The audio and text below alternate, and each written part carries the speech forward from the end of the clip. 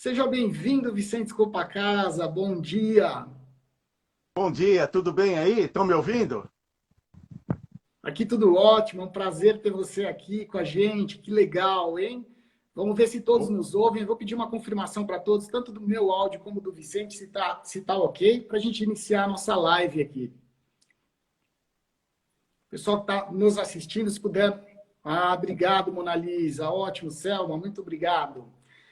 Então, muito bom dia, Vicente. Nós estamos dando início aqui à nossa segunda live iluminada, né? Ontem nós tivemos uma live super legal com a Lu Guerra. A FASA está fazendo essas lives aqui no decorrer dessa semana e da próxima. Provavelmente isso deve se estender aí para mais uma semana ou duas, né? E chegou a vez de ter a honra de te receber, Vicente. Então, a primeira coisa que eu gostaria é que você se apresentasse. Eu já vou me apresentar para os que não me conhecem. Eu sou o Wilson Salute, um dos diretores da FASA Fibra Ótica. Trabalho com iluminação em fibra ótica há 29 anos no Brasil e sou um apaixonado por essa tecnologia. E eu gostaria que você fizesse o mesmo, se apresentasse. Eu sei que você tem alguns aninhos a mais do que eu, né? Só de iluminação, né, Vicente?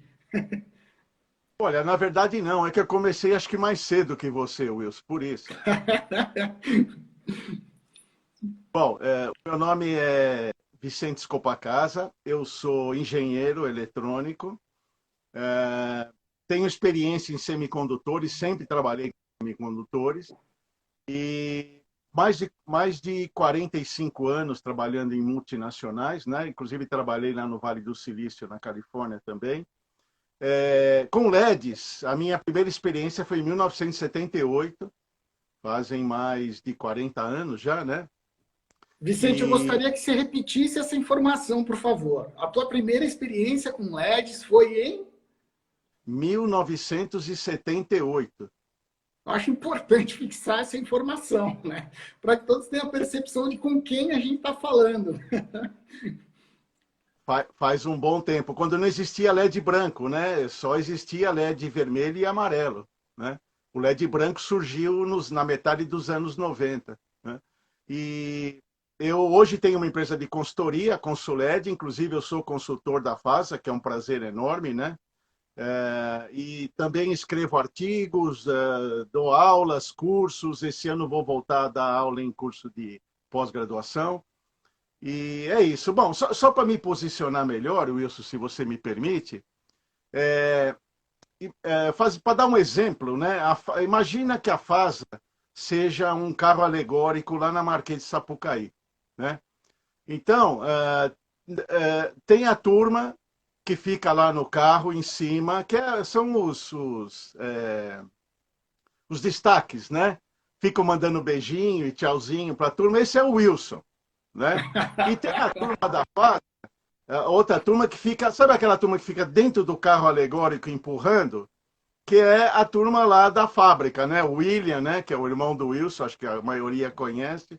E eu sou um dos caras que ajuda também lá o William a empurrar o carrinho, tá? Então é só para dar uma ideia de como eu me posiciono, porque eu não sou light designer, né? Eu trabalho da porta da FASA para dentro. Acho que é isso, Wilson. Não sei se ficou boa a apresentação. Ficou ótimo. E eu vou te dizer uma coisa, Vicente. Olha, muita gente fala assim, não, porque você é a FASA, você é a cara da FASA. Eu falo assim, não, pessoal, eu sou só uma engrenagem em todo o sistema. Existe um time fantástico que me dá que dá todo o suporte por trás. Na verdade, talvez eu seja o que apareça mais por estar nas redes sociais, mas existe todo um time por trás, né? E a única observação que eu tenho para te fazer é que hoje você vai subir no carro alegórico e vai mandar beijinho para todo mundo aqui. Então, por favor, só não se empolgue e não faça um topless, tá? Por favor, vamos, vamos lembrar que é Eu uma não, palestra técnica, né? Uma live técnica. eu Mas não tenho muita eu prática queria te dizer, nisso, né, de Vicente. mandar, né? Pois não, pois não. Eu não tenho muita prática de mandar beijinho, mas eu vou tentar então. Vamos lá, então? Vamos lá. Eu queria dizer que é uma honra ter você aqui, Vicente. Então, eu vou fazer uma apresentação adicional, que é a ligação do Vicente com a FASA Fibra Ótica, né? Então, de alguns anos para cá, a FASA resolveu gerar um desenvolvimento de fontes de iluminação com LED para fibra ótica. E aí, evidentemente, que o nome lembrado foi o do Vicente. porque junto com a engenharia, que você bem lembrou do William, né? Então, a gente chegou à conclusão que nós precisávamos desse suporte, dessa consultoria de um expert no assunto. E aí, o trabalho que o Vicente fez ao longo dos anos, que é o que nós vamos abordar nessa live, que vai ter aí por volta de 50 minutos, né? Gerou uma grande evolução nos sistemas de iluminação com fibra ótica. É isso que nós queremos mostrar através da live de hoje. Vamos mostrar até alguns exemplos práticos aqui. Eu trouxe algumas imagens também para a gente colocar aqui, viu, Vicente? Então, acho que vai ser bacana a gente falar sobre isso. E eu acho que o primeiro ponto que eu gostaria de abordar contigo, Vicente, é porque, veja bem, quando os LEDs começaram a surgir com mais força, né, você está falando de uma trajetória de mais de 40 anos de LED. Mas houve um momento ali da nossa história que o LED, da história de iluminação, que o LED veio com força total. E aí a pergunta que eu mais recebia naquela ocasião, e eu quero primeiro ouvir a sua ótica antes de colocar a minha. Wilson, mas os LEDs vão engolir a fibra ótica, não vão, não? Será que a fibra ótica vai continuar existindo após a existência do LED, né? E como é que você vê essa questão da convivência da tecnologia do LED com a tecnologia da fibra ótica? Olha, eu vejo da seguinte forma, realmente, essa colocação que você fez, ela realmente existiu. Eu acho que com o tempo acabou mudando isso, né? Mas a gente tem que interpretar e entender o seguinte, nós estamos falando de fonte de luz, aí no caso é o LED, né? E nós estamos falando de condutor de luz, ou guia de luz, como é conhecido no mercado mais, né? Então, são coisas totalmente diferentes, né? Você pode transmitir a luz pelo ar, eu coloco uma luminária no teto da minha casa, a luz está sendo transmitida, então tem alguma coisa que está transmitindo a luz. No caso, é o ar. Agora, você pode transmitir a luz por outros modos, né? Por outras maneiras. E a fibra é uma dessas maneiras. Inclusive, eu considero bem uma forma, né? Um guia de luz muito eficaz e que tem várias vantagens sobre o ar.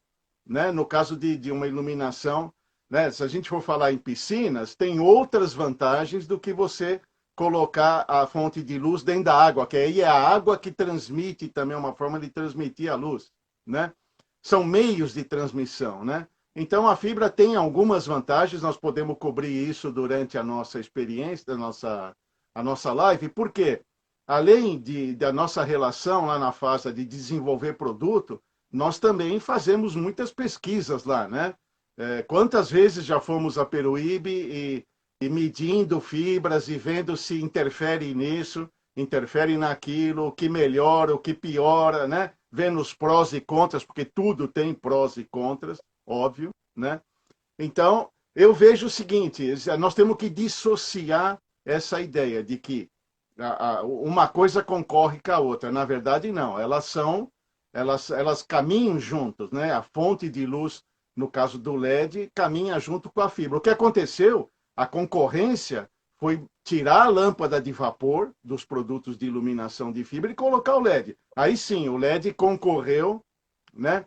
E outra coisa que é importante também é o LED, a fibra ótica com LED concorrendo com o próprio LED.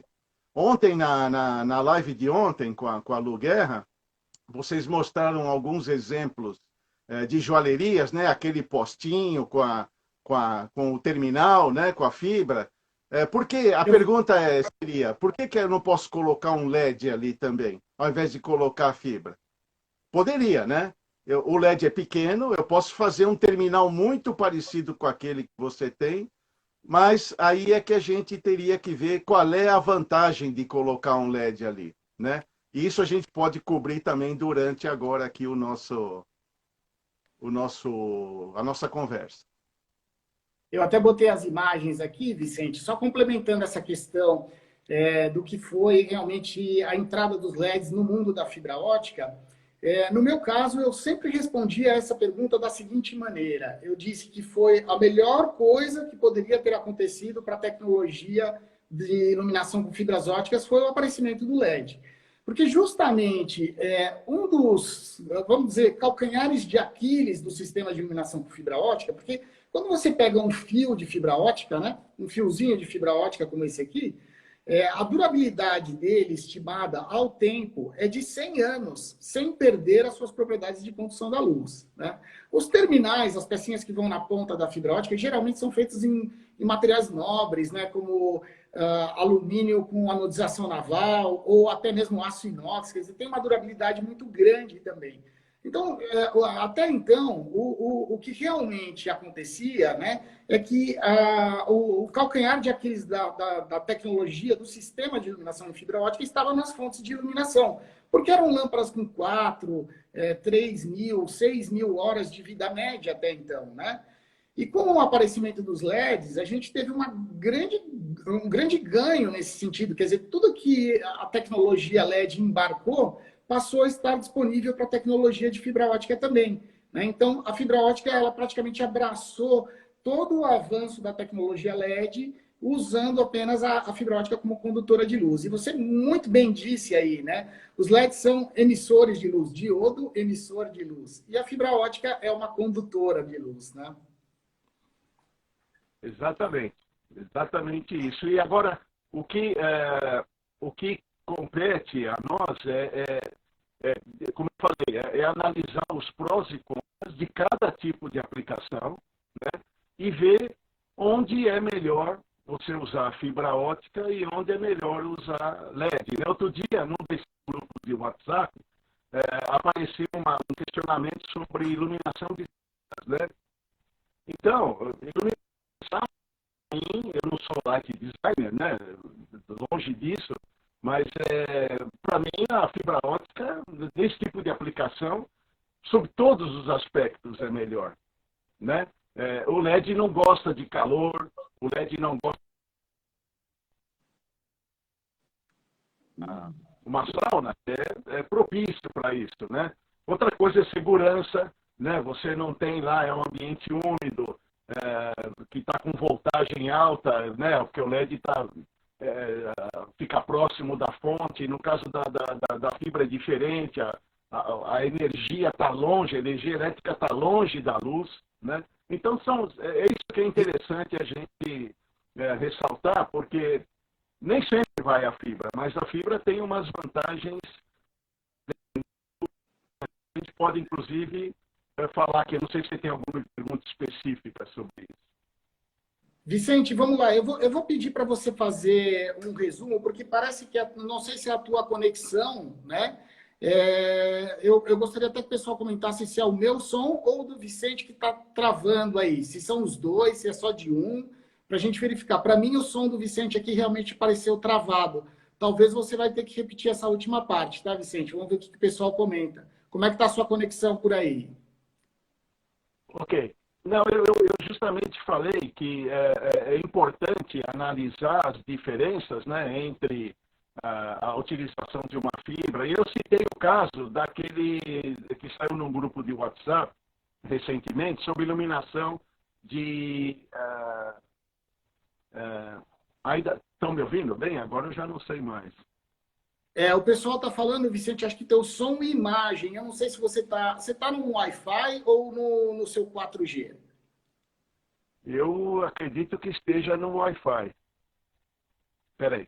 Talvez a gente passe aí para o seu 4G para verificar se melhora a conexão. Vamos ver, que aí o pessoal pode, quem sabe, te escutar melhor. Enquanto isso, eu vou tentar dizer aqui o que o Vicente falou nesse último trecho, tá, pessoal? Assim eu já vou adiantando essa informação para vocês. Vou traduzindo aqui. Tecla SAP. Então, o Vicente falou que ele estava num grupo de WhatsApp recentemente e que houve um questionamento sobre iluminação subaquática, né? Então, que ele acredita que é sempre importante analisar para cada aplicação, né, o que é melhor. Se é melhor somente a tecnologia LED, se é melhor realmente o LED com a fibra ótica, né? E que, por exemplo, para esse uso que é o subaquático, ele defende muito a utilização da fibra ótica gerada, com a luz gerada através de uma fonte de LED para fazer a iluminação. Aliás, só fazendo um parênteses, parece que a imagem do Vicente está estabilizando, vocês podem me confirmar aí. Mas só para fazer um parênteses, essa inclusive é a live de amanhã que nós temos com o Lighting Designer Marcos Castilha, premiadíssimo lighting designer Marcos Castilho. Nós vamos falar exatamente sobre esse tópico, viu, Vicente? Iluminação aquática com fibra ótica. Parece que a sua imagem melhorou. Vamos ver se seu áudio também melhora aí. Vamos ver o que o pessoal diz após a sua fala agora. Na verdade, eu estava no Wi-Fi e eu desliguei e tô no 4G. Talvez melhore agora. Aí, ó, o pessoal está dizendo que está melhor. Que bom, Vicente, que bom. Então vamos seguir então, pessoal. Qualquer coisa vocês falem aí e a gente interrompe, viu? E já podem mandar perguntas aí para o Vicente também. Vamos botar ele na fogueira. Por exemplo, eu tenho uma pergunta para Vicente, para o Vicente aqui. Vicente, vou te botar numa fogueira. A gente, como você bem disse, a gente fez vários laboratórios, né?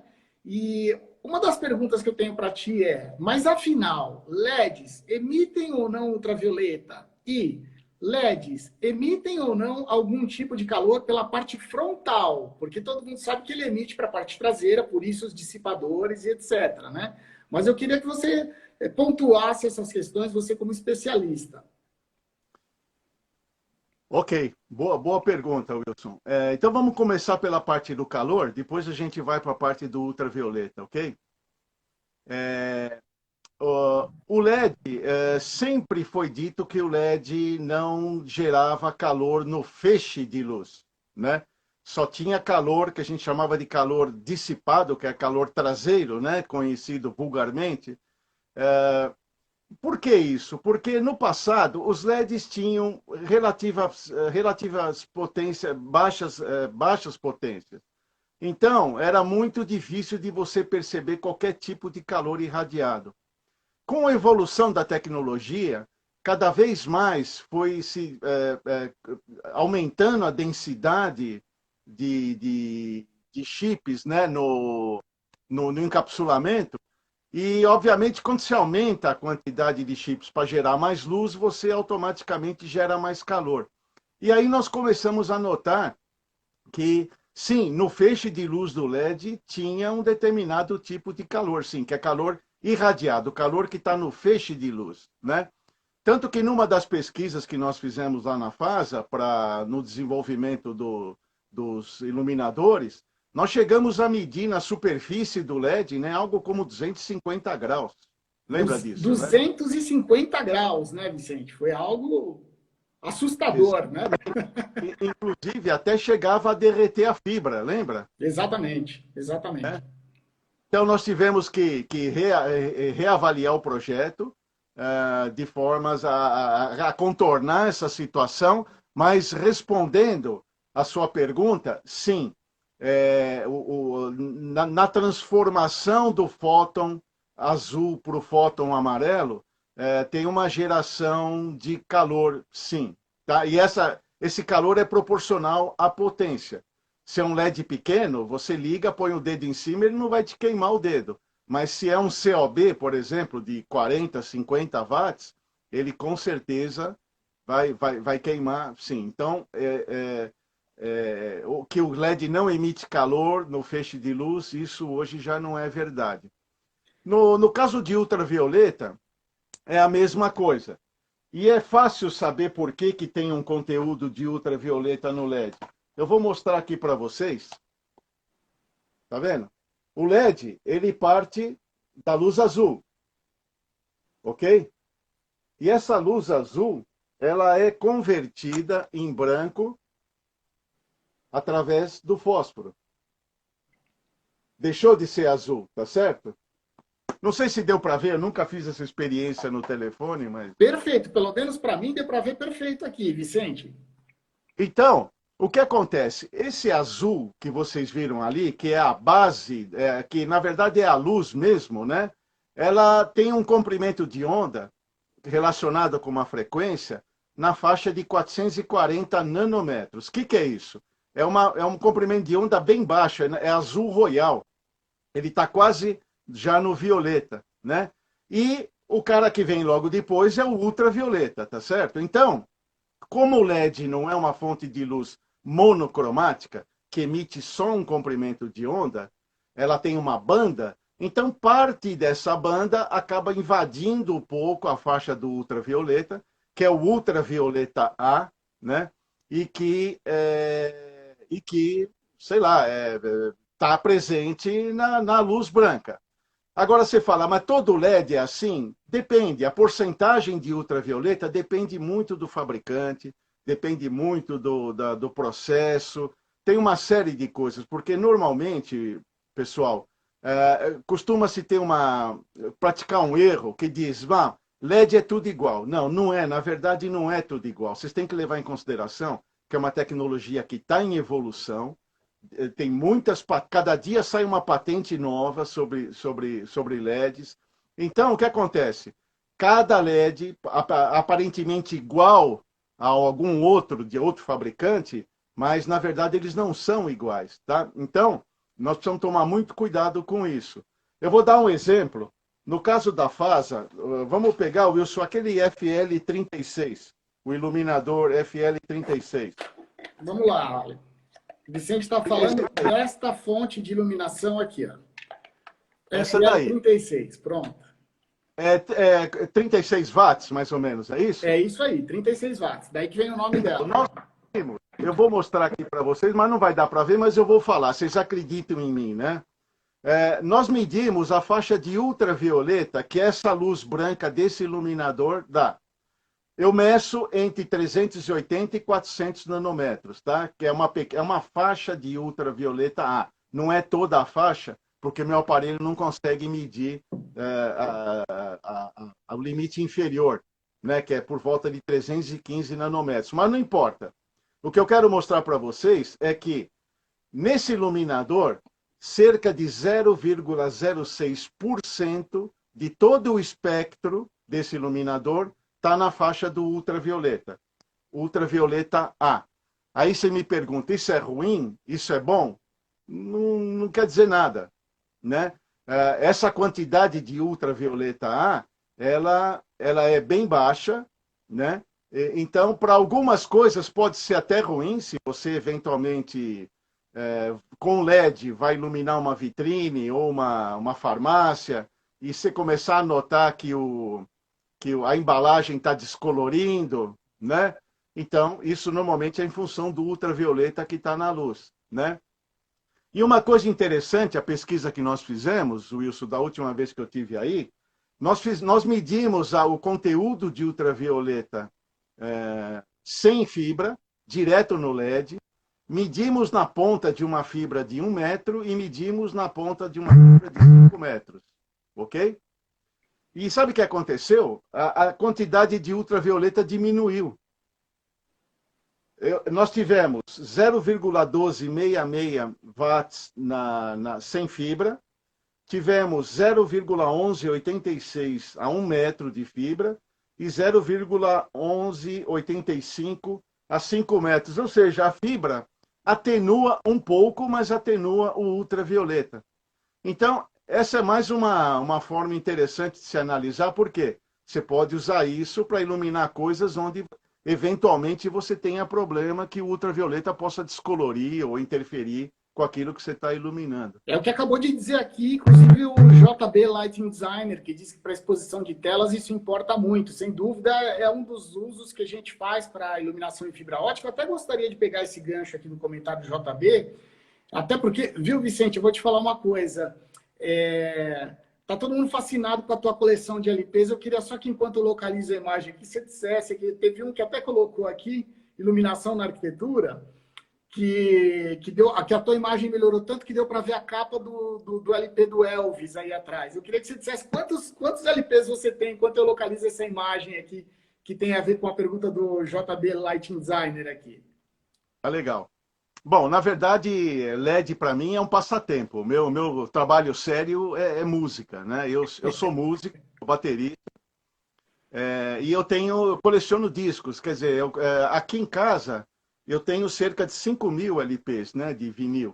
95% rock and roll, de 1964 a 1974, e 5% disso é blues. Eu gosto um pouco de blues, né?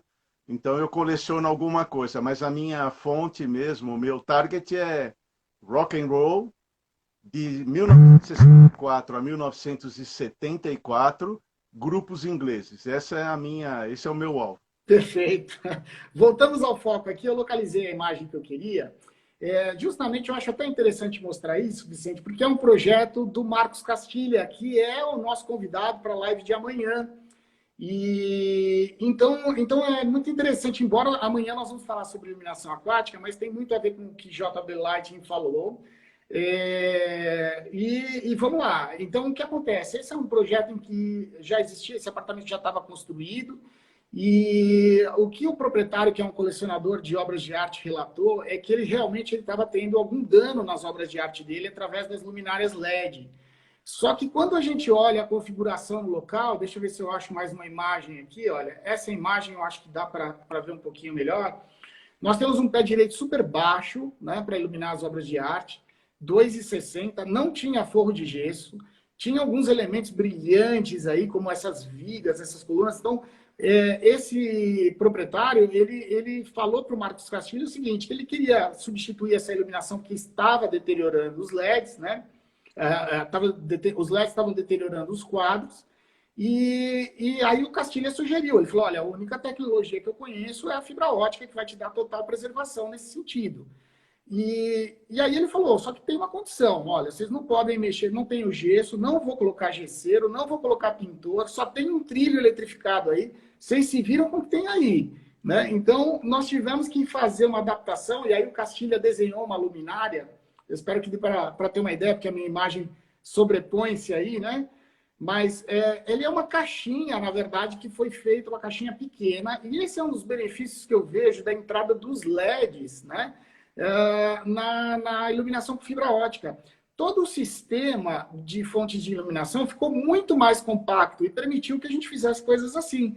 Quer dizer, antes, na época das lâmpadas halógenas, né, era praticamente impossível ter uma fonte de iluminação tão pequena que pudesse ser acoplado como um acessório do trilho, e a partir daí a gente vem então com a fibra ótica e os terminais fazendo a iluminação focada ali nos quadros, né? Queria aproveitar e já dar o gancho para um outro exemplo da mesma situação. Essa luminária, por exemplo, que foi uma luminária que a gente lançou na última Expo Lux, e essa era uma luminária que provavelmente poderia ser feita na época das lâmpadas halógenas, Vicente, mas com a introdução dos LEDs, né, a própria fonte de iluminação hoje fica na canopla da luminária. Quer dizer, antes a gente teria que ter um acesso no forro de gesso para colocar essa fonte de iluminação distante. Então, era uma coisa muito customizada, projeto a projeto, e agora a gente consegue acoplar isso na própria canopla, né, da luminária. Eu vou dar mais um último exemplo aqui nesse sentido. Esse é um cabideiro que foi premiado esse ano, perdão, no ano passado, da designer Flávia Burim. Espero que ela esteja aí. Se ela tiver, dá um alô para a gente, Flávia. Deixa eu ver se tem uma fotinha dela aqui. Ó. Olha ela com cabideira aqui. E mesma coisa, a fonte de iluminação, a partir do desenvolvimento do LED, né, a fonte de iluminação, ela passou a estar na canopla da luminária, e a gente leva somente a luz, né, para a parte do cabideiro ali, e através de um pontinho de fibra ótica, que é o mesmo elemento que sustenta o cabideiro, né? Então, o design com a fibra ótica, ele evoluiu muito depois dessa questão, principalmente da compactação das fontes de iluminação através da tecnologia LED, né? Temos algumas perguntas aqui também, Vicente. NTZ perguntando, o Hugo está aí te perguntando, ó, sobre a questão do ultravioleta e infravermelho, se o ultravioleta está na luz, então, né? Então, é uma questão para você responder aí para o Hugo. E uma outra questão, Marcela Veiga, sobre a cor azul no LED, quando colocamos uma luz amarela ou branca no ambiente, altera a cor do ambiente ou do objeto. Esse azul influencia mais na lâmpada branca ou não tem diferença? Bom, vamos lá então. A primeira pergunta sobre ultravioleta, né? Sim, existe. Inclusive, eu posso dar mais algumas informações. Nesses iluminadores da FASA, nesse iluminador especificamente da FASA que nós medimos, né, nós encontramos 0,06% de ultravioleta entre 380 e 400 nanômetros, né? Obviamente, eu teria que medir desde 315, mas o efeito do ultravioleta mais lá para baixo, o ultravioleta A, é muito baixo, porque a banda do azul acaba não chegando lá. Então, ele está muito na extremidade superior do ultravioleta A, né? Então, deu 0,06%. Por exemplo, eu medi uma lâmpada incandescente de 40 watts, 0,35% de ultravioleta na mesma faixa. Eu medi uma fluorescente compacta, todas essas por volta de 3.000 Kelvin, tá? A fluorescente compacta de 23 watts deu 0,54%. Então, as fontes de luz, como a gente já sabia, a fluorescente tem uma parcela de ultravioleta, né, no espectro, óbvio, a gente já sabia disso. A ultravioleta, se eu medir desde 315, talvez esse número suba mais. Por quê? Porque a fluorescente, ela parte da emissão, o que excita o fósforo não é luz azul, é luz ultravioleta, que é o mercúrio que gera, né? Então, aí talvez eu teria que medir do 315 ao 400 nanômetros, eu teria uma quantidade maior, tá? Então, o LED tem uma porcentagem muito menor do que uma incandescente, do que uma lâmpada fluorescente, mas tem um pouco, sim, isso medido com o espectro radiômetro, ok? Desculpa, Wilson, a segunda pergunta eu perdi. Vamos lá. A segunda pergunta, deixa eu só fazer um comentário antes da segunda pergunta aqui. Eu vou botar de novo aqui o cabideiro da Flávia. A Flávia está aqui no grupo, então tem muita gente perguntando sobre o cabideiro.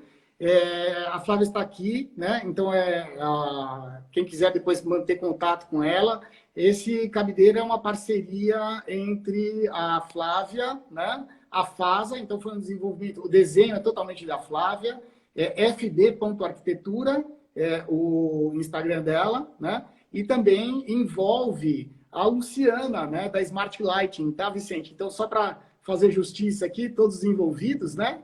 E comentar sobre isso também. A segunda pergunta que você perguntou a emissão de luz azul do LED é extremamente nociva ao olho humano, além de interferir no ciclo circadiano natural. Como podemos diminuir esses danos? Como evitar isso? E também estão me perguntando aqui qual o aparelho para medir o ultravioleta. Normalmente é um espectroradiômetro e o espectroradiômetro é um aparelho em geral, né? E ele tem espectroradiômetro para ultravioleta, para infravermelho e tem para luz visível. O meu espectroradiômetro é de luz visível, mas ele começa a medir em 380 nanômetros, que já é a faixa do ultravioleta. O ultravioleta A vai de 315 a 400 nanômetros. O meu equipamento começa a medir em 380.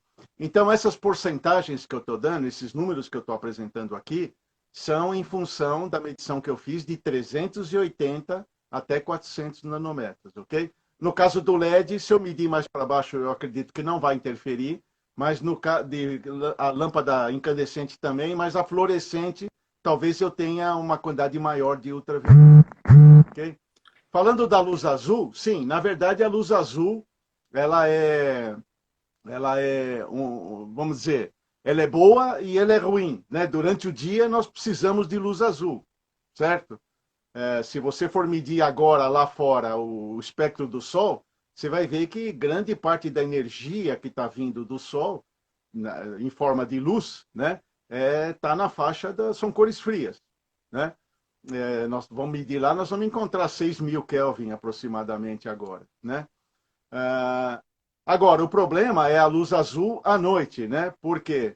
Porque a luz azul absorve a melatonina, que é um indutor do sono, então nós precisamos utilizar iluminação que tenha pouco conteúdo de azul. Isso para regulação do relógio biológico, né? E além de, claro, se ele pode interferir na visão? Pode. Normalmente, os fabricantes de LEDs, eles cumprem normas quanto à radiação, no caso do olho, né? Então, normalmente, os LEDs são protegidos contra isso, eles atendem normas internacionais. Eu diria que o maior problema está justamente na quantidade de luz azul no espectro, em determinadas horas do dia para regular o relógio biológico. Ô, Assim como... Vicente, eu quero fazer justiça aqui, porque, na verdade, Marcela, te peço desculpas, você tinha feito a pergunta, e eu, na verdade, quando eu fui repetir a sua pergunta, eu acabei colocando outra. Mas tem muito a ver com o que você está falando, e a Marcela já tinha perguntado isso e repetiu aqui.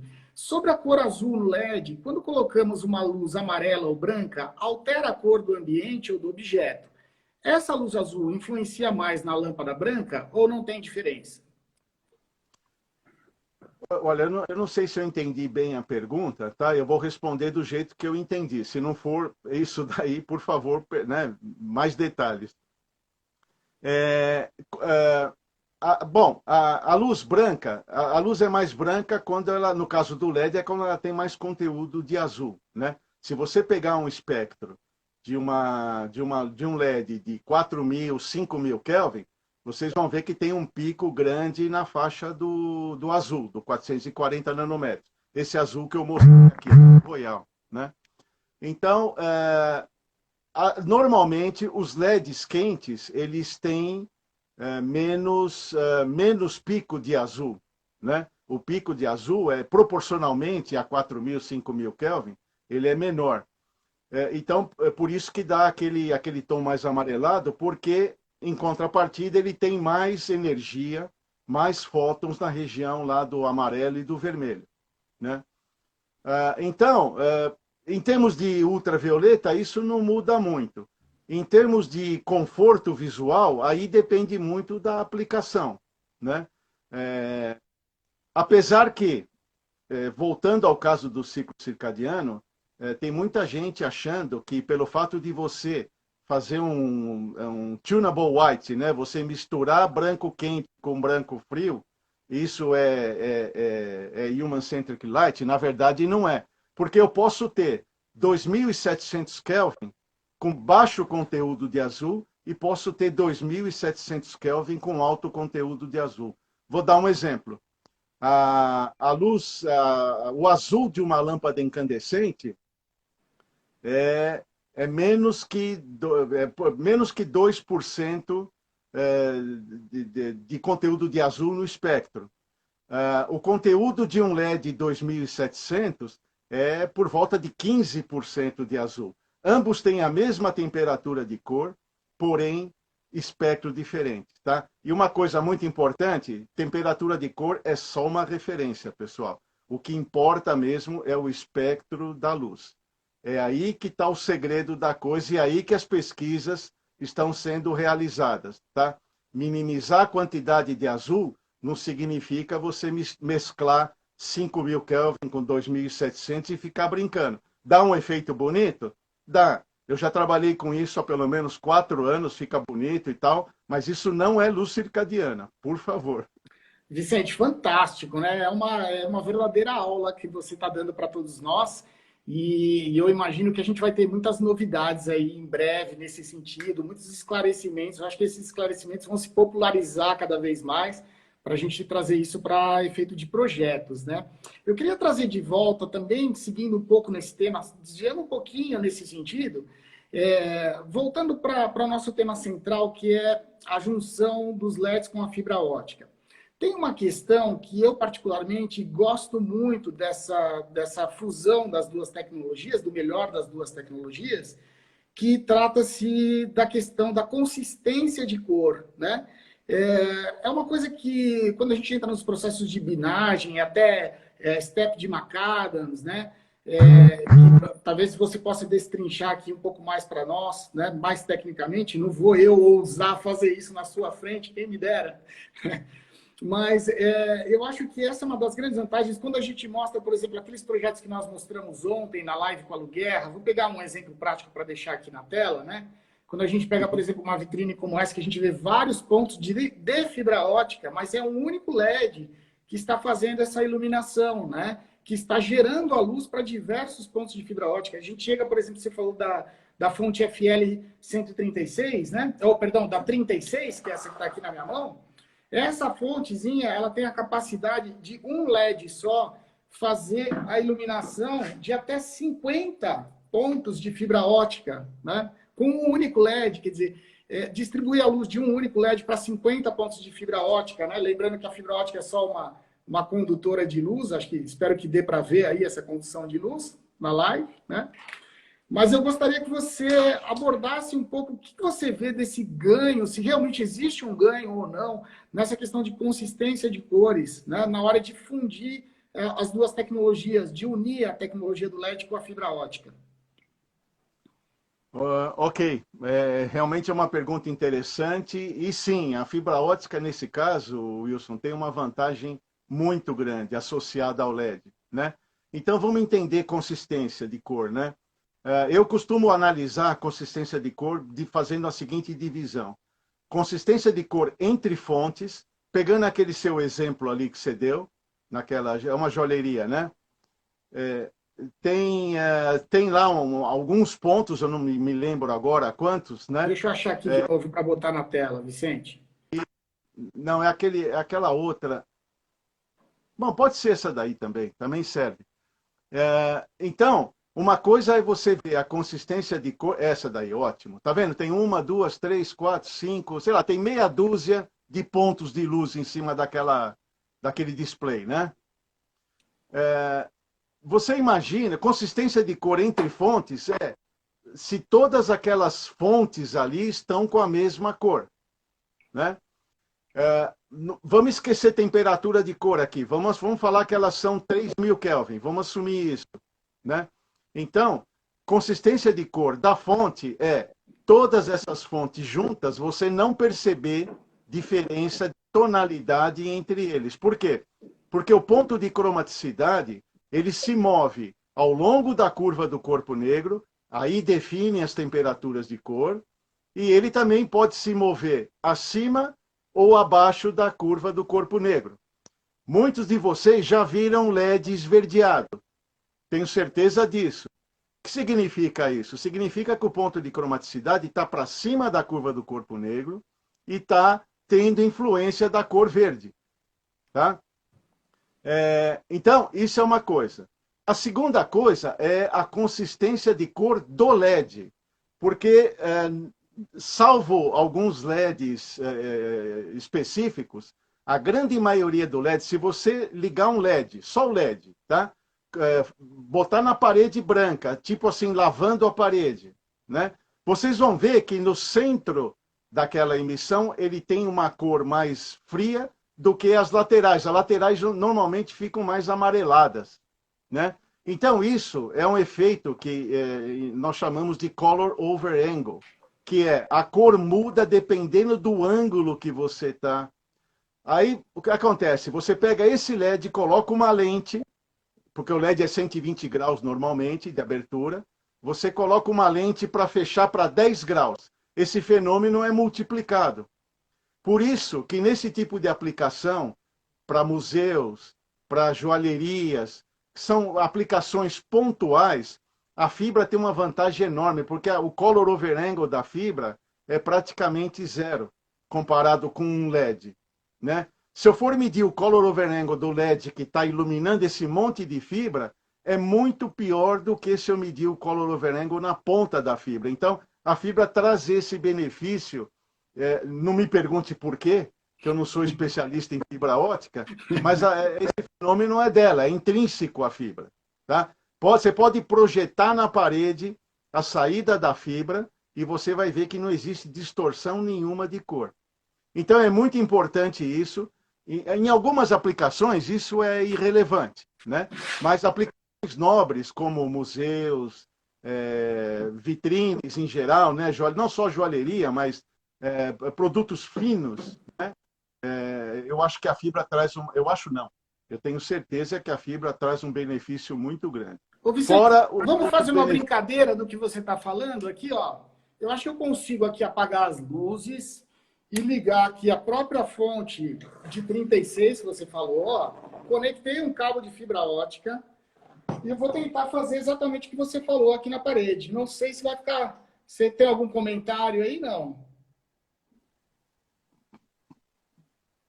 Sobre o que você estava falando da questão do ângulo, né? Você pode ver que o círculo é perfeito, né? Ele não tem, pelo menos por aqui dá para ver isso. O círculo é perfeito, ele não tem alteração de cor. Lógico que a hora só está na ponta da fibra, né? A hora que você joga um daqueles conectores. Um terminal, né? O terminal, Vamos lá, vamos fazer isso aí. Estamos aqui para isso. É tudo aqui ao vivo. Então, olha, eu peguei. Esse aqui é um embutido de fibra ótica, por exemplo. Né? Então, ele é super pequenininho. Então, vamos lá. Ó. Então, imagina que no centro desse terminal, onde vai estar um anel, por exemplo, certo? Você praticamente não vai ver diferença de cor.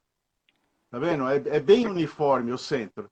O que você está dizendo é que essa luz que nós temos aqui na periferia e no centro, ela tem a mesma coloração, né? Ela não tem essa... É aqui você está iluminando efetivamente o objeto, né? Por isso que eu falei, aplicações que têm iluminação fina, né? Iluminação de destaque e fina. O pessoal pediu para eu fechar mais o ângulo. Olha aí, vamos fechar, não tem problema. Um ângulo bem fechado. Mais aberto, mais fechado, né? Então, o terminal de fibra ótica permite fazer isso, né? A gente tem o controle de abertura do facho. Eu tenho um terminal aqui, por exemplo, que a gente usa muito em museus, em joalherias. Eu mostrei ontem lá na Aluguerra, a gente fez até um laboratório, na live da Aluguerra, que a gente vai de 50 a 11 graus no mesmo terminal, né? Então, a gente consegue fazer essas brincadeiras de controle de facho sem ter essa questão da distorção das cores na periferia desse foco, né, Vicente? Que eu acho que é uma questão importante. Ô, Vicente, eu gostaria até de compartilhar com o pessoal, porque está falando sobre consistência de cor. O Vicente me mandou umas imagens, pessoal. E aí eu gostaria que você comentasse essa imagem que você me mandou aqui, do que se trata, o que é isso, porque isso não é fibra ótica, né? Então, seria muito legal você comentar a esse respeito. Então, isso aí é um exemplo típico de inconsistência de cor entre luminárias, né? E aí você fala, bom, mas quando a instalação foi feita assim, muito provavelmente não. E aqui cabe um comentário muito importante. Não sei se vocês sabem, mas o LED, com a vida, ele perde fluxo, como qualquer fonte de luz, e ele muda de cor também como qualquer fonte de luz. O que aconteceu ali foi, com o tempo, eles mudaram de cor e mudaram de cor diferente, porque as luminárias não vão combinar entre si e mudarem de cor todas elas iguaizinhas. Elas não são tão inteligentes assim, pelo menos por enquanto, né? Agora, se você tem essa instalação com fibra ótica e aquele único LED muda de cor, o que vai acontecer?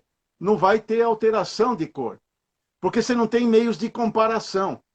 O problema é quando você consegue comparar. Se você for medir a temperatura de cor de todas aquelas luminárias ali, vai dar a mesma temperatura de cor. Mas a tonalidade, o tingimento em decorrência do envelhecimento e da alteração da cromaticidade, vai ser tal que quando você compara uma com outra, o olho consegue perceber isso. Se essa mesma instalação fosse feita com fibra ótica, todos esses pontos poderiam mudar de cor, mas todos eles iam mudar da mesma forma. Então, você perde a comparação, o poder da comparação, então a instalação continua perfeita. Maravilha, Vicente. Olha, eu vou fazer aqui os últimos comentários. A gente está chegando no fim da nossa live, que é uma pena, porque o tempo com o Vicente passa muito rápido, né? O assunto é sempre interessante. A gente ia fazer umas 10 lives de 1 hora, né, Vicente? Eu queria só fazer alguns comentários que apareceram aqui mais para o final. Selma, da Top Light, diz: fizemos um museu e os fachos ficaram perfeitos, até em cristaleiras que destacamos. Muito legal, Selma. O Alberto pergunta qual é o nome desse terminal que vai de 11 a 50 graus. É esse aqui. É a linha Focuslight, né? Então, depois você pode mandar um direct que o pessoal da FASA, todos nós podemos lhe mandar informações mais detalhadas, né? Vicente, antes da gente fazer as despedidas, eu gostaria muito que você deixasse o teu Instagram para o pessoal aí, né? Pessoal, foi difícil convencer o Vicente a entrar no Instagram, vocês têm que ver, viu? Então, eu já queria deixar o meu, que é o Wilson Fibra Ótica, @Wilson Fibra Ótica, e o da FASA, que todo mundo conhece, porque já está aqui, @FASA Fibra Ótica. Vicente, por favor, divulgue o seu Instagram para que a gente possa te seguir também. Olha, antes de divulgar o meu Instagram, eu costumo chamar de estragão, certo? Eu gostaria de fazer mais um comentário, Wilson, que eu acho que é muito pertinente, é sobre Flickr. Ah, Modulação, ótimo, bem lembrado, Vicente. né? Vamos fechar com esse tema, então. Então, isso tem muito a ver com neurociência, né? Com NeuronLight. Inclusive, vocês podiam explorar isso na palestra da Patrícia, né? Ótimo, ótima ideia, Mas, ótima sugestão. Patrícia Fernandes, na terça-feira, com fibra ótica em ambientes clínicos, terapêuticos e hospitalares e a sua correlação com o Neurolighting. Terça-feira, às 11 horas da manhã. Amanhã nós temos o Castilha, às 11 horas da manhã, com iluminação aquática. E já fazendo o jabá completo. Na quinta da semana que vem, ó, a Patrícia Fernandes já mandou um coração aqui. E na quinta-feira da semana que vem, o grande Pascal Chiotard, direto da França, fazendo uma live sobre fibra ótica em museus, às 11 horas da manhã também. Então, voltando a falar sobre Flickr, nós também fizemos medida de Flickr, né, nos equipamentos, né? Não só no FL36, mas nos outros da FASA. E nós encontramos porcentagem de Flickr da ordem de 1%. Tá? Normas internacionais, aqui no Brasil isso ainda não é muito divulgado, inclusive eu estou fazendo um trabalho com a Mariana Novaes, nós estamos fazendo um trabalho sobre medição de Flickr, né? Que nós achamos importante, tem um impacto profundo e direto em saúde humana. Né? As normas internacionais falam que em 120 Hz, o Flickr máximo permitido é da ordem de 8%. Então, os equipamentos da FASA estão com 1% de Flickr, isso para ambientes, consultórios, para o que for, a iluminação em geral, o que for é muito bom. Tá? E outra coisa interessante, a fibra não influencia, porque o Flickr não é função da fibra, né? O Flickr está no projeto do iluminador. Né? E nossa preocupação, lembra, era saber se a fibra tinha alguma interferência no Flickr. Né?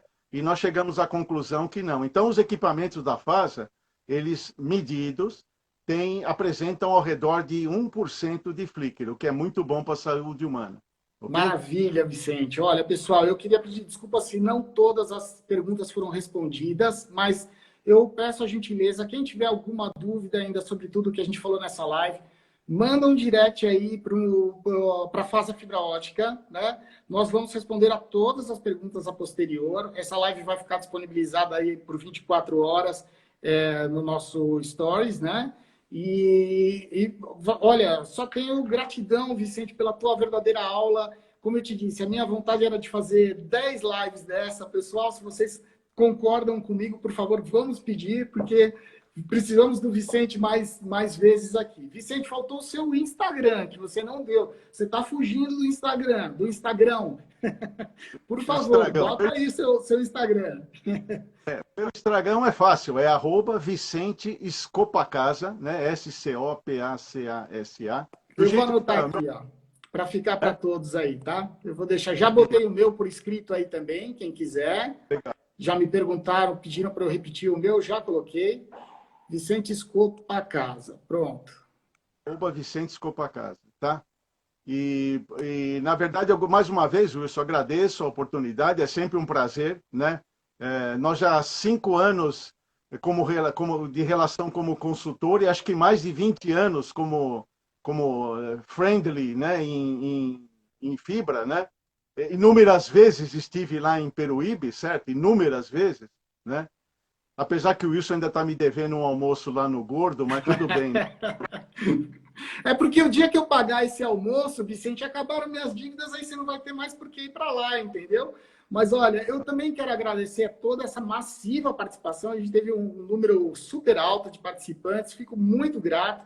Pessoal pedindo aqui, olha, workshop no YouTube, mais lives com o Vicente. Sucesso, Vicente. Olha, e podemos marcar, o pessoal pode sugerir temas e a gente pode fazer uma nova live com o Vicente com o maior prazer do mundo. Vai ser sempre um prazer te receber aqui e poder sempre compartilhar essas informações. A gente já palestrou junto, já fez artigo junto e agora estamos fazendo live junto. Isso é maravilhoso.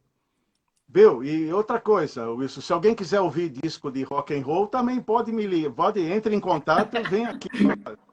Maravilha, Vicente. O que a gente quer é ver um show seu ao vivo, você tocando bateria, tá bom? Logo, logo eu vou anunciar, pode deixar. Pessoal, a todos, nosso muito obrigado. Não percam amanhã, às 11 horas da manhã, Marcos Castilha, premiadíssimo lighting designer, que vai falar sobre iluminação aquática. É a nossa próxima live. Vicente, muito obrigado. Obrigado a todos que participaram. Fiquem com Deus e saudações iluminadas para todos, viu? Um abraço.